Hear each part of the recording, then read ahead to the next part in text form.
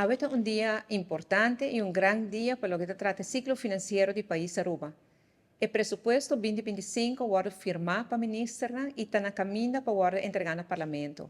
Según lei, el presupuesto mester vai entregar por mês, ou mais tardar, dia 1 de setembro de cada ano.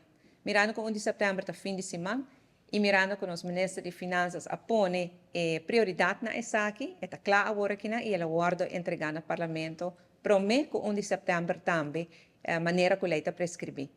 Para isso aqui, me agradecer aos colegas ministros de Finanças para sua visão, para sua determinação, para sua nota fácil. Agora nós estamos governo over na ano 2017 e 2018, só tem um reto.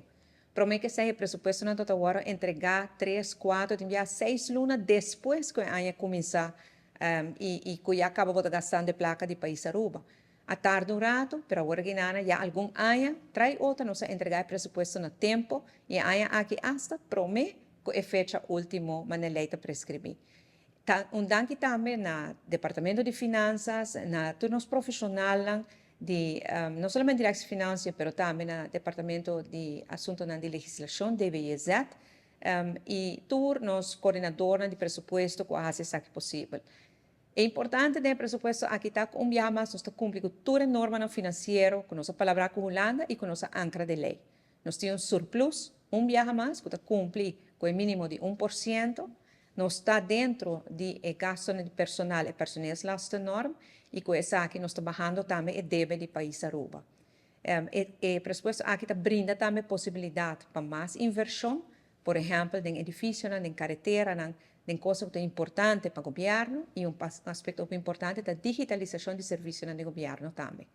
E principalmente no presupuesto aqui mais nós temos espaço para nos invertir no poder de compra de nossos cidadãos. Aruba está indo no rumbo muito positivo. As finanças estão na ordem, a economia está crescendo, o turismo está indo bom, o desemprego baixa e a inflação está baixando.